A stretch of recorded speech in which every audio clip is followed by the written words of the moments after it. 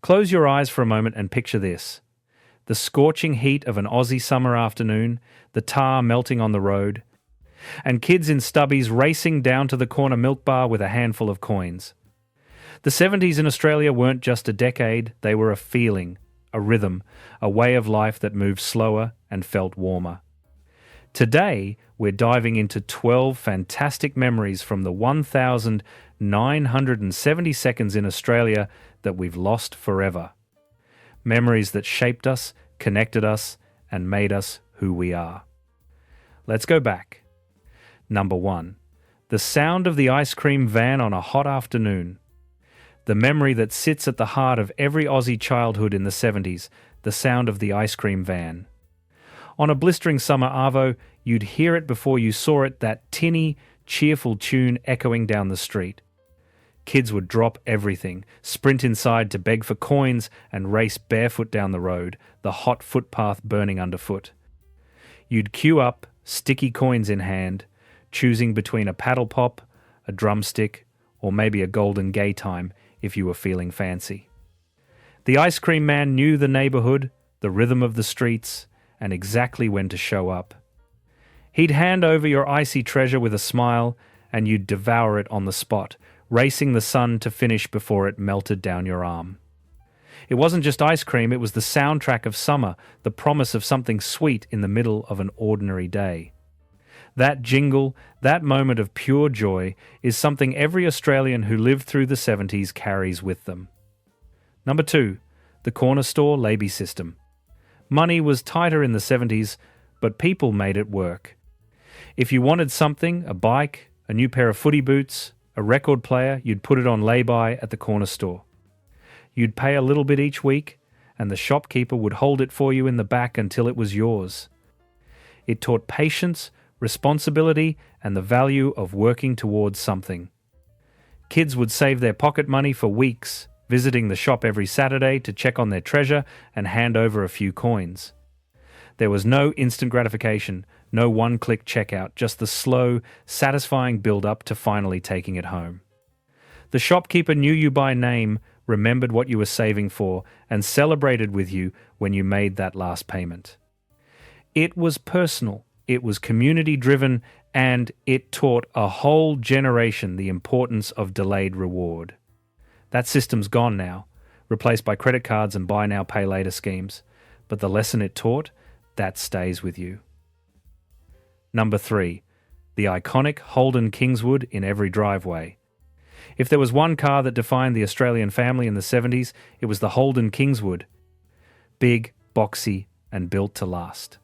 It was the car that took you to the beach, to footy practice, to your grandparents' place, and everywhere in between. The back seat was wide enough to fit 3 or 4 kids, no seatbelts required, bouncing around on vinyl seats that burned your legs in summer. The windows were cranked down by hand, the radio picked up 2 stations if you were lucky, and the car smelled like petrol, warm leather, and adventure.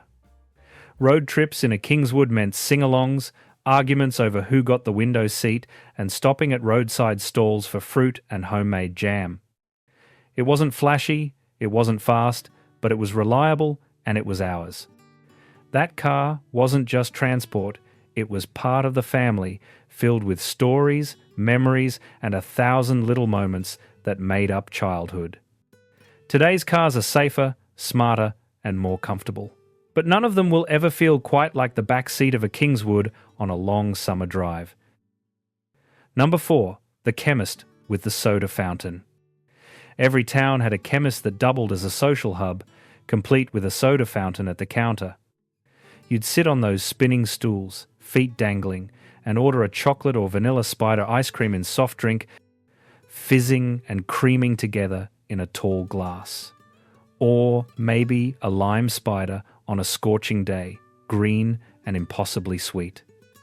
The chemist would make them right there, scooping the ice cream, pouring the drink, handing it over with a straw and a napkin. It was a treat, a reward, a place to meet your mates after school. The chemist knew everyone, filled prescriptions in the back while serving sodas up front, and was part doctor, part shopkeeper, part community institution. Those soda fountains started disappearing in the 80s and 90s, victims of hygiene regulations and changing business models. Now, chemists are sterile, corporate, focused only on dispensing medicine. But for those who remember, the taste of a chocolate spider made at the chemist's counter, the spin of the stool, the chatter of the neighborhood, that's a memory that tastes like childhood. Number 5, collecting stubbies and exploring creeks. If you weren't at the footy, you were probably down at the creek. Armed with a jar, a fishing net, and maybe a sandwich wrapped in wax paper, you'd spend hours catching tadpoles, yabbies, or just mucking about in the water. The creek was your kingdom, a place where the rules of home didn't apply and every rock you turned over held a tiny adventure. You'd come home soaked, muddy, and completely content. And if you lived near the coast, you'd be collecting shells, chasing crabs, or bodyboarding in the shore break until your lips turned blue. There was no fear, no fuss, just the simple joy of being outside, surrounded by nature, with nothing but time and imagination. It didn't cost a cent, it didn't need permission, and it created memories that last a lifetime. That kind of freedom is harder to find now, but for those who lived it, the sound of running water and the smell of wet earth will always take them back. Number 6, the Saturday Arvo footy match. Saturday afternoon meant footy. Whether you were playing or watching, the local oval was the centre of the universe. Kids would gather in their team colours, parents would set up fold-out chairs on the sidelines, and someone's dad would be grilling snags on a rusty barbie by the clubhouse. The smell of liniment, cut grass, and sausage sizzle filled the air, and you could hear the roar of the crowd from streets away. Even if your team lost, it didn't matter. It was about showing up, having a go, and being part of the community. After the match, everyone would head to the club for a lemonade or a lolly, covered in mud and grinning ear to ear. Footy wasn't just a sport, it was the glue that held towns together, the reason families knew each other, and the memory every Aussie kid carries with them. The game's still around, of course, but the innocence, the simplicity, and the sense of belonging from those Saturday arvos, that's something we've lost along the way. Number 7, the school canteen and its legendary pies. Lunchtime at school in the 70s meant one thing, the canteen. A small window where a couple of mums served up hot pies, sausage rolls, and dim sims wrapped in paper bags that you'd carry carefully back to the playground. The smell alone could make your stomach growl from across the oval. You'd save up your coins all week just to afford a pie and a carton of flavoured milk, banana, strawberry, or chocolate, ice cold and perfect. There was something about those canteen pies, slightly burnt on the edges, that tasted better than anything you'd ever get now. Maybe it was the hunger, maybe it was the simplicity, or maybe it was just being a kid with nothing to worry about except finishing your lunch before the bell rang. The canteen ladies knew every student by name, remembered your usual order, and sometimes slipped you an extra biscuit if you'd had a rough morning. It wasn't gourmet, it wasn't fancy, but it was ours, and it was perfect. Number 8, the excitement of sandhills and bush forts. You didn't need fancy playgrounds or organised sports to have the time of your life. In the 70s, adventure was right there in the scrub, the sandhills, or the bush near your house. Kids would disappear for hours, building cubbies out of old timber, sheets of tin, and anything they could scavenge. You'd stake your claim on a patch of bush, name your fort, and defend it from rival groups with nothing but sticks and imagination. The sandhills were another kind of magic, barefoot climbs up steep dunes, racing down on pieces of cardboard or old surfboards, covered head to toe in sand and loving every second. There were no parents hovering, no rules, no schedules. You made it home when the streetlights came on, scraped knees and all. Those wild, unstructured days taught you resilience, creativity, and how to settle arguments without adults stepping in. It was freedom in its purest form, and it belonged to every Australian kid who grew up in that decade. Number 9, the travelling country show with sideshows and show bags. Once or twice a year, the country show would roll into town, and for a week, everything else stopped mattering. The showgrounds would transform into a wonderland of rides, sideshows, and livestock pavilions. You'd save up for months to afford entry, a few rides, and the holy grail, a show bag. Those bags, stuffed with lollies, toys, and samples, were worth more than gold. You'd spend ages choosing which one, comparing what you'd get, making the decision feel monumental. The smell of fairy floss and hot chips mixed with hay and animals. You'd ride the zipper until you were sick, throw balls at stacked cans to win a goldfish in a plastic bag, and watch your dad try to impress your mum at the Laughing Clowns. The show wasn't slick or sanitized, it was rough, loud, and a bit dodgy, and that's why it was perfect. Today's shows still exist, but they're expensive, corporate, and somehow smaller. The magic, the danger, the sense that this was the event of the year, that's what we've lost. Number 10. Party lines and rotary phones. If you grew up in the 70s, you'll remember the weight of a rotary phone in your hand and the satisfying click as you dialed each number. But here's the thing, a lot of younger Aussies wouldn't believe. Some families shared their phone line with neighbours. They were called party lines, and you had to wait your turn to make a call.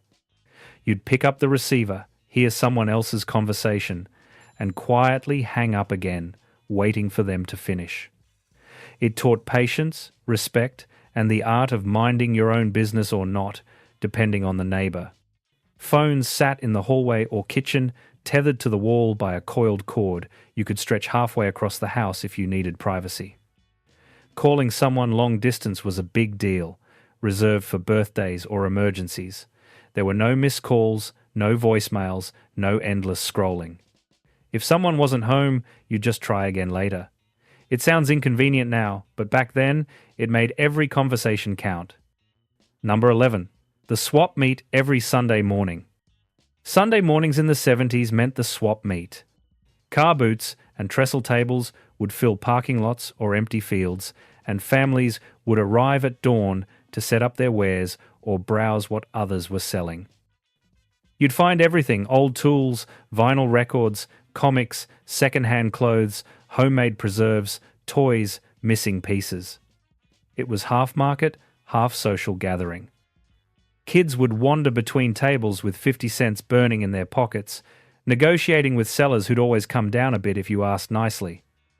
The swap meet was where you found treasures, where communities came together, and where nothing was ever wasted because someone else always wanted what you didn't. The smell of bacon and egg rolls from the food van, the sound of blokes haggling over car parts, the thrill of finding exactly what you'd been looking for, that was the Sunday swap meet. Today, we have Facebook Marketplace and online auctions, efficient and convenient. But the ritual of getting up early, driving to the swap meet, and spending the morning hunting for bargains while chatting with neighbours, that's gone forever. Number 12. The drive-in theatre under the stars. Saturday night meant one thing: piling into the family, Holden or Ford, and heading to the drive-in. You'd arrive early to grab a spot near the front, the car speakers crackling with static as you hung them on the window. Kids in pyjamas would stretch out in the back seat with pillows and lollies, watching double features under the endless southern sky. The smell of hot chips and Chico rolls drifted through the warm night air, mixing with eucalyptus from the nearby trees. It wasn't just about the movie, it was about being together, surrounded by hundreds of other families doing the exact same thing.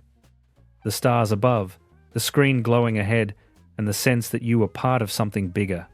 Today, those big outdoor screens are mostly gone, replaced by multiplexes and streaming queues.